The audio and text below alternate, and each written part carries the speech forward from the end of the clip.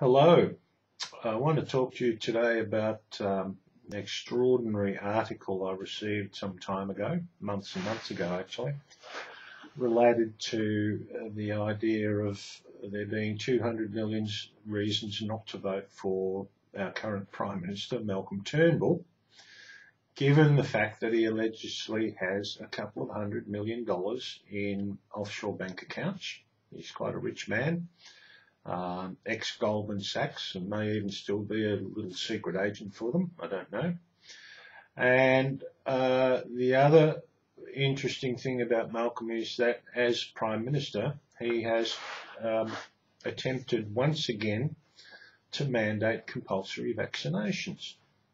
Now, a couple of days ago, the Natural News health ranger Mike Adams posted an article about how Australia is an extremely hostile environment for people who do not want to be vaccinated and or not have their children vaccinated, given the fact that there are so many cases of people having been damaged by vaccines.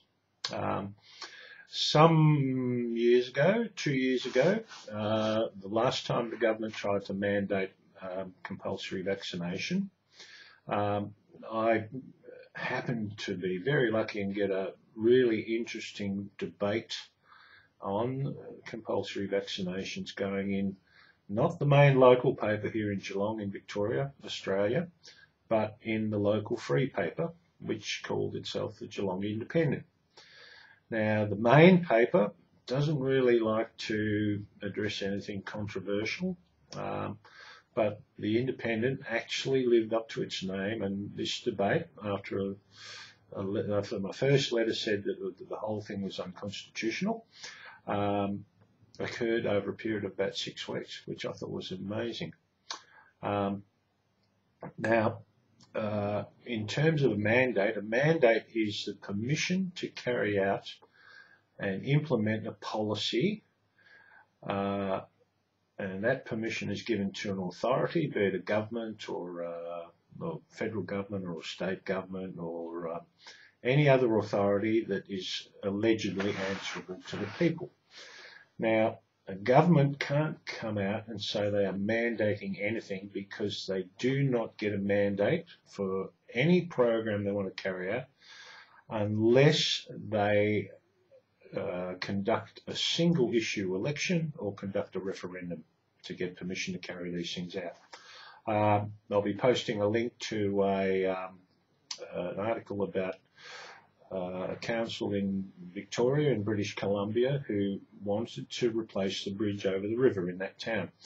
Now, in order to facilitate the building of the bridge and get permission for the expenditure of that money, they at the next council election, they conducted a referendum to get the permission from the townspeople to spend the $2 or $3 million that they needed to build the bridge.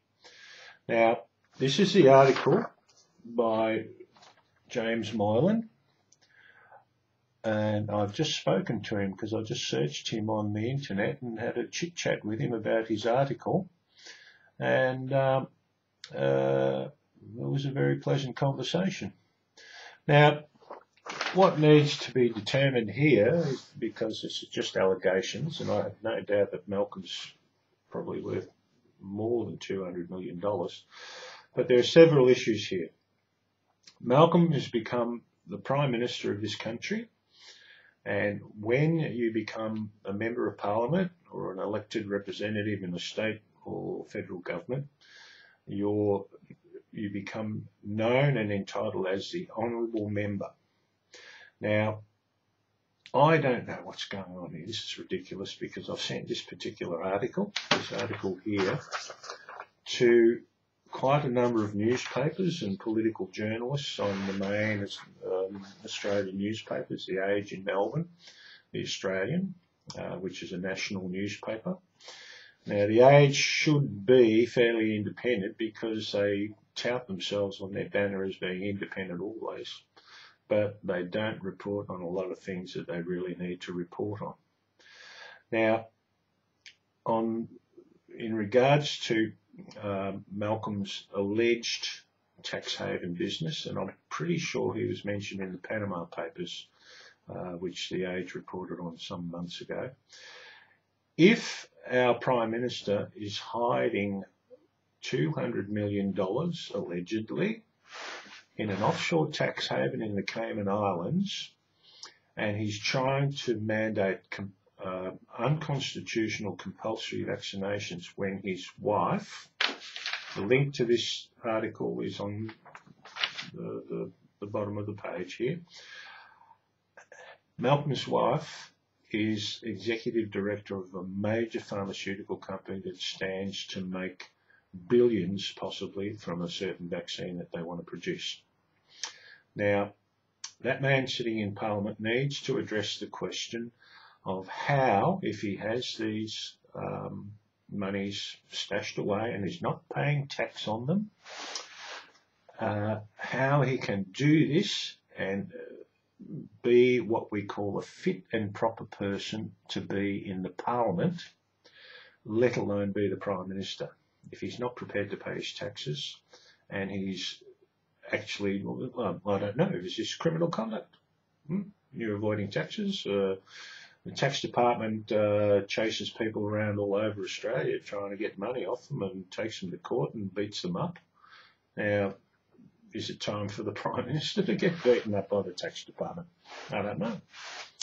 Now, he's just got through Parliament billions and billions of dollars in tax cuts to his business buddies. They don't seem to want to pay their taxes either. Now, this needs to be addressed, and none of the papers that I've sent this article to have even got back to me about this article. No, they haven't got back to me. Now, under our Constitution, the government's mandated, right? It has permission, it's contracted to provide medical, dental, this, that, and the other services, right? And in regard to medical and dental services, the Constitution commands that there shall be no civil conscription in relation to medical services, dental, etc., and pharmaceutical, which means that no one can be compelled to do anything they do not wish to do in terms of, especially the subject hot now, being forced vaccinations. It's against your International Declaration of Human Rights, etc., etc., etc. So it seems to me that our Prime Minister stands in a position of massive conflict of interest in regards to his own tax affairs, his hidden money, and in attempting to mandate a vaccination program that will make his wife even richer than she is. Now, he claims her shareholdings, etc., in this pharmaceutical company are not anything to do with him, but it's a little bit close to the bone to be having your wife sitting there while you're making an attempt to force people to buy her product. Don't know, have to embarrass these people into some action, and I'm just astonished that this matter's not been addressed by the press. Mr. Moylan's a writer of some note. I seem to have remembered hearing his name, and I just spoke to him. He's studying to do other things, and he's got a blog on the internet, and he writes about a number of topics. But as with many things to do with Australia, a lot of stuff doesn't get addressed. It's one of the corruptest nations on the earth. I've added a few links and some descriptions of those links about different aspects of corruption, and especially Shane Dowling's kangaroo court, where he exposes the would-be Prime Minister, Bill Shorten, as being quite corrupt. Oh, haven't we heard so much about him? Former Prime Minister Julia Gillard was associated with the AWU, which is the Australian Workers' Union, which, when I was in a real union working on the building sites, the building construction sites in Melbourne many years ago, the AWU was known as, we used the first three initials to describe it as, Australia's worst union.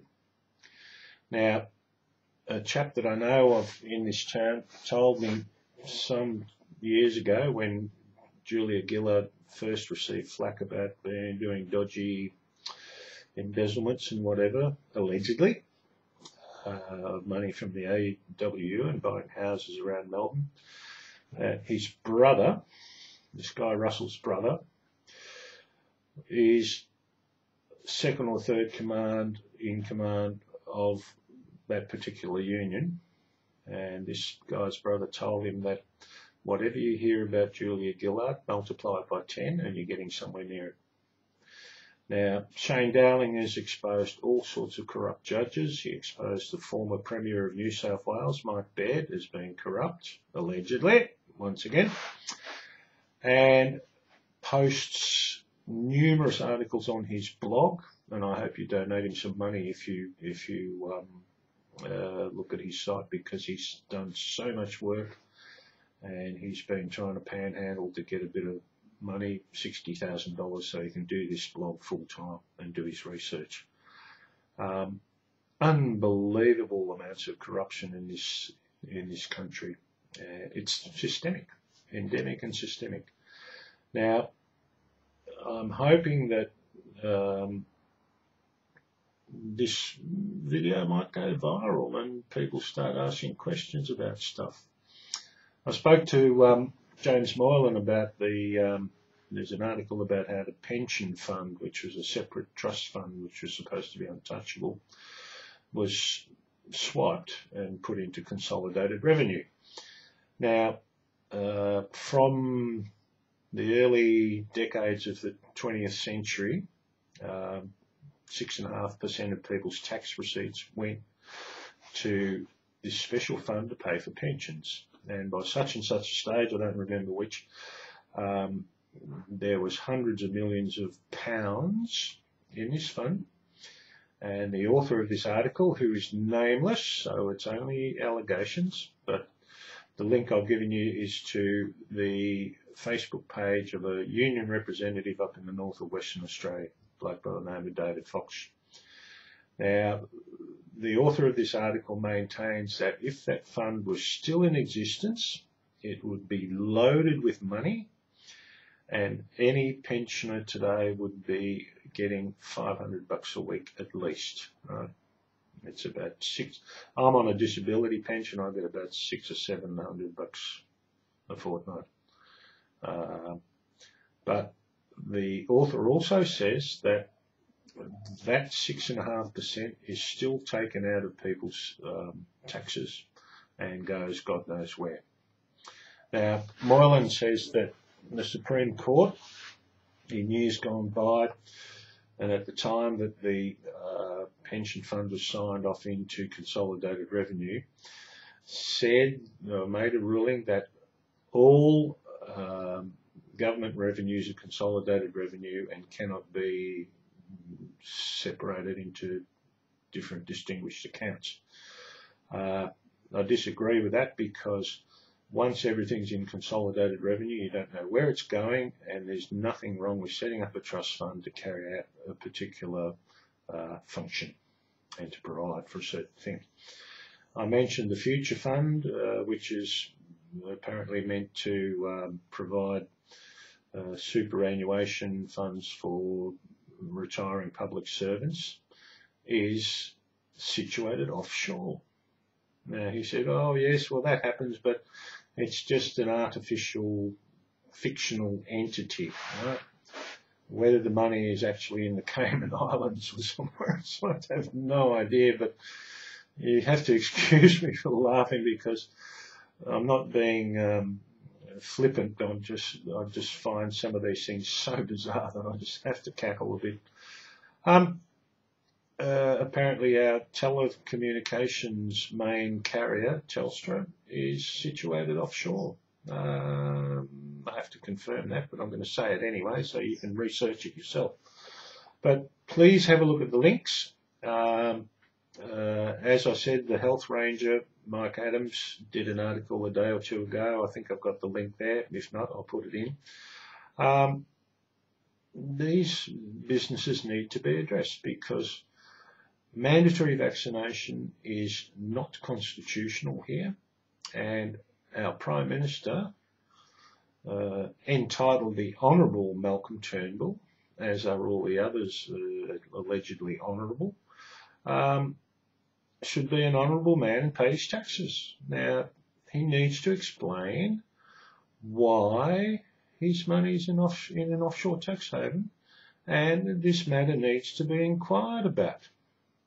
As I said, Malcolm's a Goldman Sachs banking entity made a killing in the global financial crisis, where Freddie Mac and Fannie Mae went bust, and everyone suffered badly from that absolutely corrupt event. Malcolm made a killing. Right? Now, he should be paying his taxes. I'm just gobsmacked that he can be allowed to get away with it, and I'm even more gobsmacked that no one's holding him to account. But that's the way it happens in this country, and I think it should stop. So please view the video, read the links if you're interested in all this, and get stuck into it.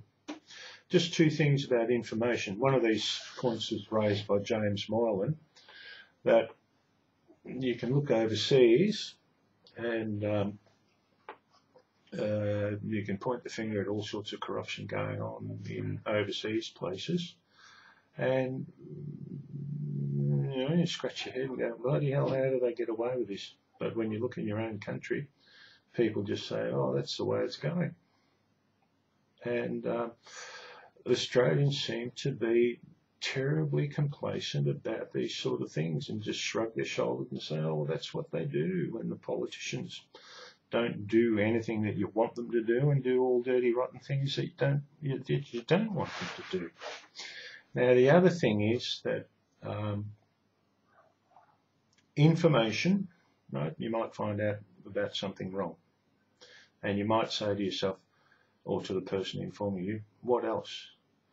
And I'll put the hand up and say, stop. No. So you find out exactly what's wrong with the first thing I told you before you go looking at anything else. Hard to do, but I think it's not a bad point to make, because if you know there's something wrong, go and find out exactly what it's all about and then go on to the next step. So people do not receive information properly. They are so dumbed down or so complacent or so programmed by the entities that give them information that they don't register what they're being told properly. Now, in the video below, Yuri Bezmenov, Deception Was My Job, he mentions this fact that you can, because people are so orchestrated in the way they receive information, they just do not register it properly. So please, with this information, receive it properly, think about it properly, and act on it properly. And maybe if you do, you might start voting for someone that's going to do something good for you, none of the mainstream people. So thanks for watching. This has gone on for a fair bit of time, so I'll leave you to it, and if needs be, I'll post some more information, make another video. So thanks for watching. Ciao.